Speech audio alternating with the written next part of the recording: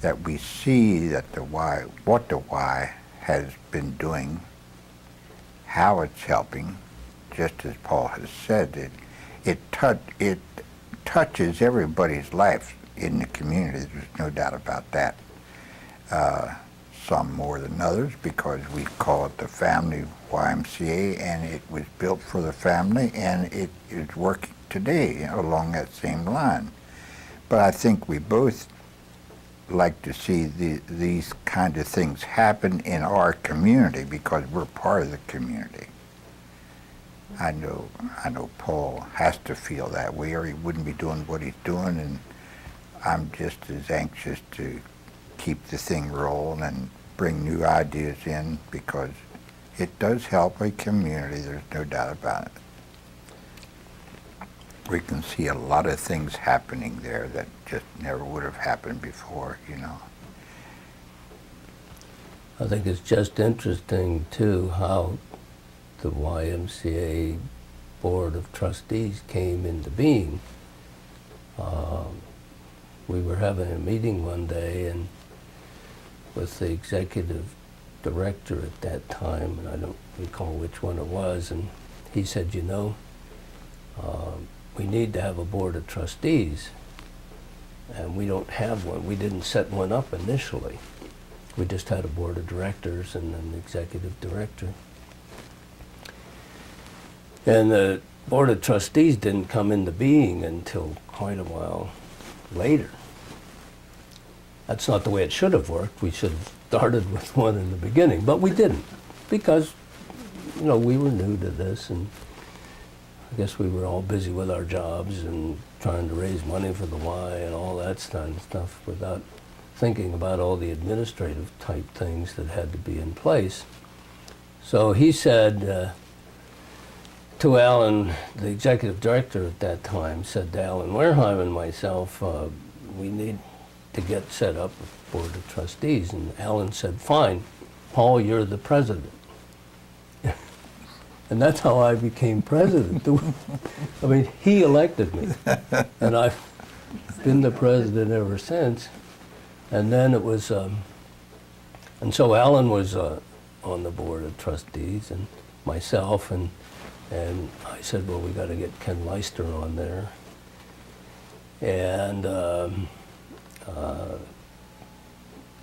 I think, and then Dr. Devan, we got Dr. Devan to serve on the board of trustees. And then since Donald B. Smith had always been a good contributor to the Y and had helped us with a lot of the construction we had, we got him on the board. Laverne Lease came on later, right? There was somebody between, before Laverne came on. I think Tom Bross came on next, and That's about right. Yeah. and then Laverne Lease, when Mike Rice is on our board of That's trustees, right. Yeah. Mm-hmm. and then now Dan Weber, Mm-hmm. and also they started with David Benfield coming to the board meetings as Right. as a member. So, and that's the way it should be. The president of the YMCA board is always considered to be a member of the YMCA board of trustees. And we're always thinking about people to add to the board of trustees.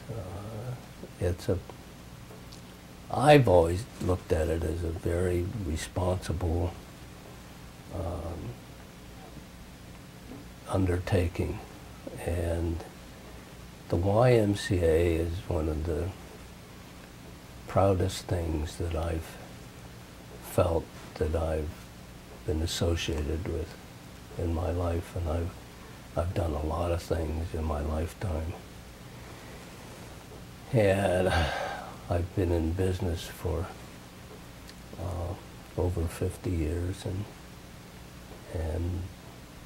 have done just about everything that anybody could do.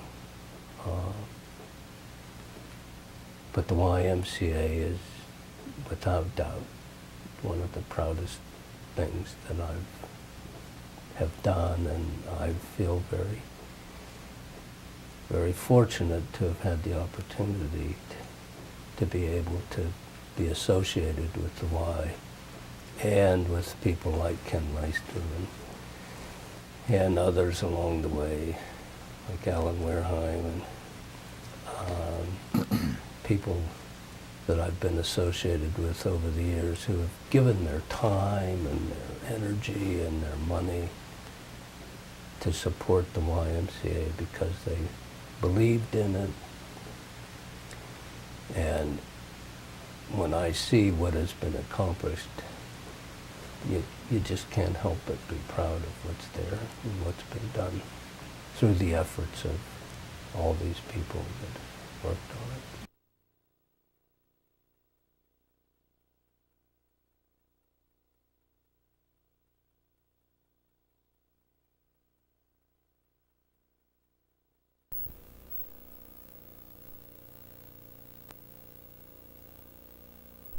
Houses name, but anyway, he owned the ground that surrounded this tract that the rec owned it, or the borough owned it at that point, and then we paid $1 and got it back, see.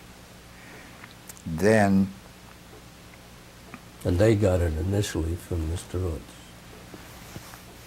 Yeah, they got it from this Recreation Association. They just fell heir to it, see, because that didn't happen. No, but initially Mr. Woods donated it. Mr. Woods donated $10,000, they said. I don't know whether that's the right figure or not, but he donated the land. And then we got it in and around. We got it from him, but we had to go through the borough. And then George Street wasn't through then yet. That was still just a field, and our land went the whole way up to the building lines of those people's property that are up there now. The land that lays on the east side, I guess, of George Street was part of the tract that we bought. So we made, as time went on, a couple of years went by, we knew we needed more land, and we went to this man that had originally owned the land. Was it Krause? Krause, yeah, Mr. Krause. And we said, how would you like to sell us some more land? And he hedged for quite a while. And in the meantime, we were trying to stop George Street from going through. We didn't really want it to go through, but See, George Street wasn't extended at that time. Ray Rodman fought us on that because he was on the planning commission, I believe, and he said, no, we can't close that. We'll have to leave that open for fair purposes. And so we never got that. We got the street, and then that gave us a hunk of land up there.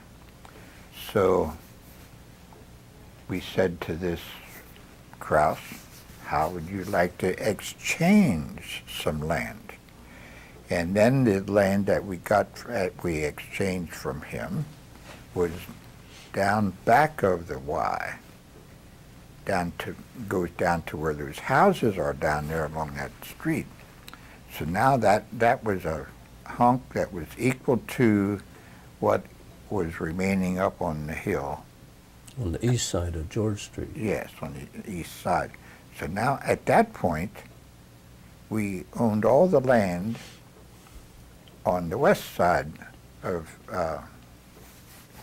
George Street, and he owned the land up on the hill.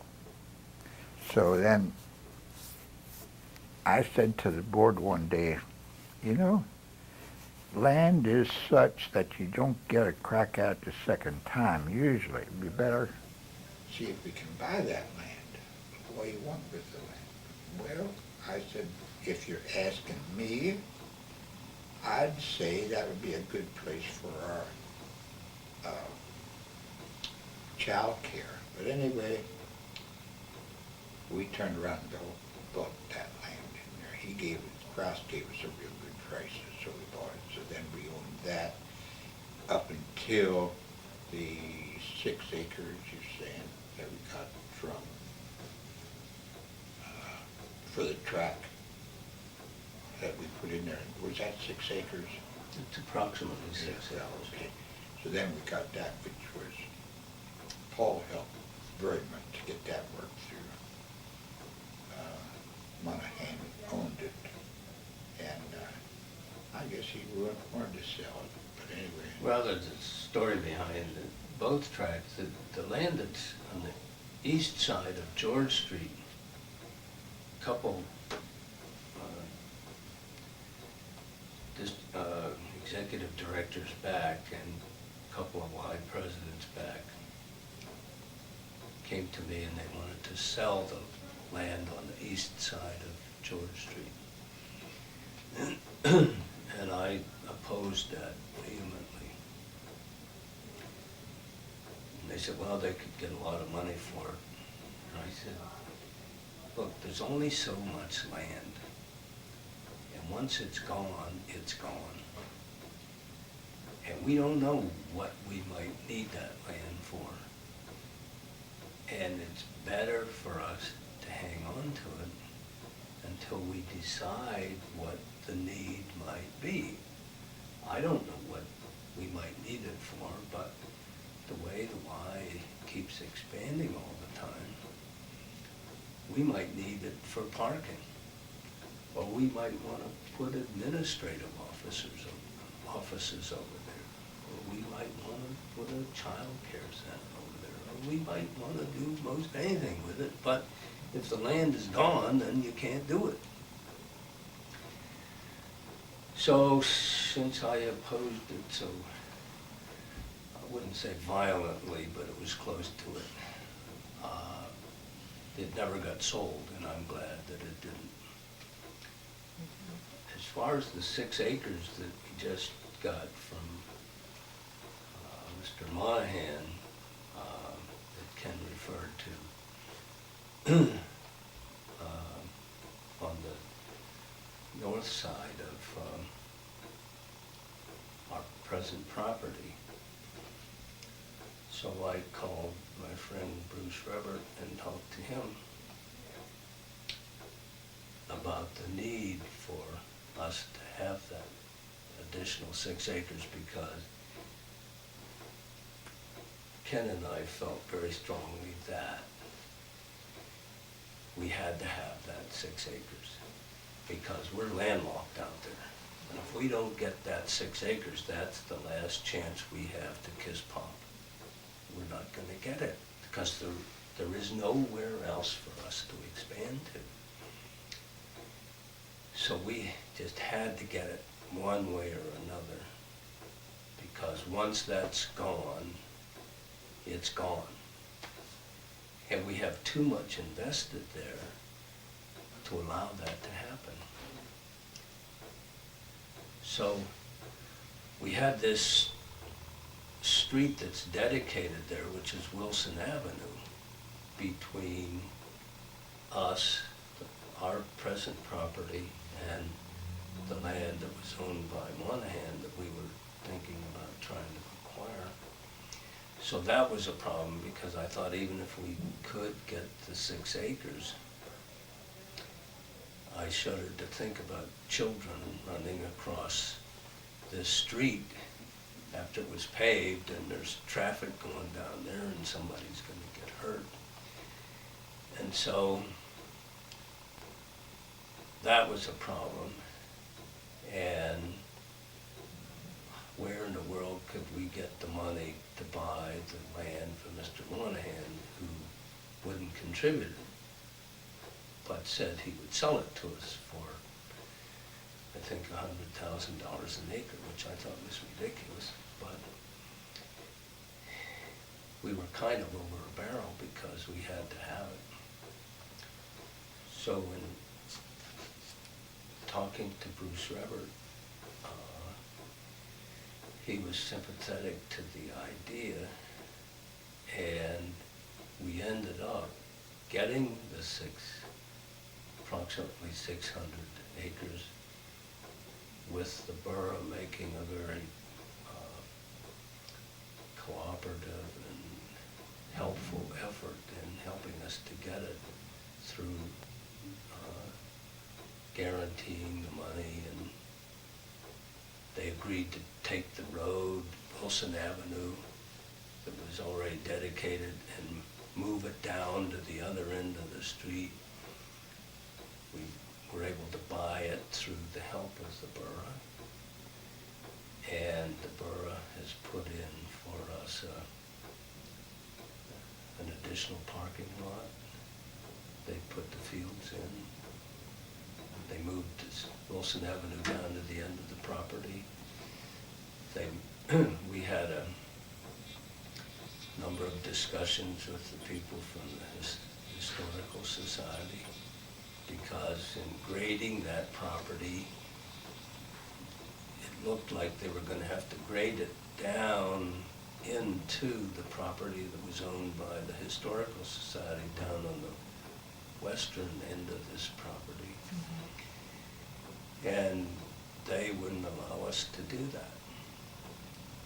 So again, Bruce Revert was helpful in getting the borough to trade a piece of property down on Frederick Street that's next to the Historical Society's building to them in exchange for that property, which has a house on it. And then we were able to grade down to that, and the borough now owns that property, and I think plans are eventually to utilize that building as part of or in conjunction with the YMCA. And so I think that the community owes a lot to Bruce Revert for his cooperation and his help in doing this, because without him, I don't think we could have ever swung that deal. And so I'm very appreciative of what he did in helping us to get that property out there and in helping to get it developed. And right now, with those ball fields going in there where kids can go out, and I see them out there playing soccer, they can play baseball, we get in the track running around the field, and I'm just so happy with what we've been able to do there. And we've eliminated the road, Wilson Avenue, so that now the kids can go out there and get on that field, and without the danger and being exposed to all the traffic going down where Wilson Avenue was initially supposed to go. So I think that we owe a lot to Bruce Revert and to the Borough Council for what they have done in cooperating with us and helping us to get that property out there. I guess both of you mentioned that, we're landlocked now, and we're pretty developed as much as we can go. And we're looking at South Hanover, and we're looking at the Brethren Home, in New Oxford there. What do you envision for the future of the Y, as you look down the road for the Y? I think I would like to say that I think that it probably will work very well at New Oxford, because they have there, it's a situation of different kinds of people that really need activities, and they've shown the initiative to start talking about it at least. I think now that this gold has come into the picture, it'll be a real good method of determining whether they want one out there. There's people out there, and it will certainly take a load off of our building, because now we're getting grumbling from our membership. So many people are in there at, especially from like 3 o'clock in the afternoon on, and they can't play racquetball, they can't get on their exercise machine because there's somebody else there, you know. It's really crowded. So you don't want that to happen. Well, I think now, Ken, we're bursting at the seams here in Hanover. Yeah. And it's at the point now where I think it's difficult for us to take on any, number of new members, because we just don't have the space to handle them. That parking lot is getting to be a real problem. I see cars parked up on George Street because the parking lot is full. I've seen cars even parked up in the lot that we own on the east side of George Street. And so that's getting to be a problem. And I think that we probably would like to see us able here at our Hanover location to handle more people, because you have more people moving into the community all the time. You have more elderly people who need to go out there and go through the sort of rehab things that they gotta go through with the various ailments that they get as they get older. And you've got more children coming along that should be participating in the programs we have. And one way that perhaps this can be done is to, as Ken said, look at South Hanover and see what might be done out there to provide another facility. And that area has grown in South Hanover faster than any other area in or around Hanover. And you have a lot of people out there who I think work in Baltimore and Maryland and so on. And so a lot of their time is taken up in traveling back and forth to their place of employment. And so time is precious to them, and they don't have time to waste in driving from out there all the way in here to the Y, whereas if they had a facility out there, it may make it easier for them to join out there. So I think that you may pick up some memberships that are new from that area, and I think that they said the other day at the Board of Trustees meeting that we've got about 2,500 people who live in South Hanover but are now members of the Y in here. So some of those people, if you had a facility out there, would probably drop their membership in here and join out there, which would then alleviate some of the crowding situation we have in here, and also allow us the opportunity to take on perhaps some more members in Hanover. As far as the New Oxford possibility of a facility up there, the Brethren Home has broached the subject and has been conducting some negotiations with Jack Rigo and others from our board. I think if there's a real need, and I'm sure our people who were exploring the possibility of a Y up in New Oxford, I'm sure they'll determine whether they think there is a need there. And then if there is a need, I think they'll have to determine where are the financial resources going to come from. Are they going to come from the Brethren Home itself? Are Are they gonna put up the money? Or are they, in conjunction with the people who live in the New Oxford area, gonna provide the money? I think that we could staff it and oversee it and run it for them. But my own personal opinion is that if they want a Y in that area, they will need to address the financial part of it and decide whether or not they need it badly enough to raise the money within their own area to provide it. The campaign that the Y runs every year for the Reach Out for Youth campaign for scholarships, for financial assistance. Do you, either of you remember, or did you always run one? Was it only from the new facility? Like when? I don't remember exactly when it started, maybe Ken does.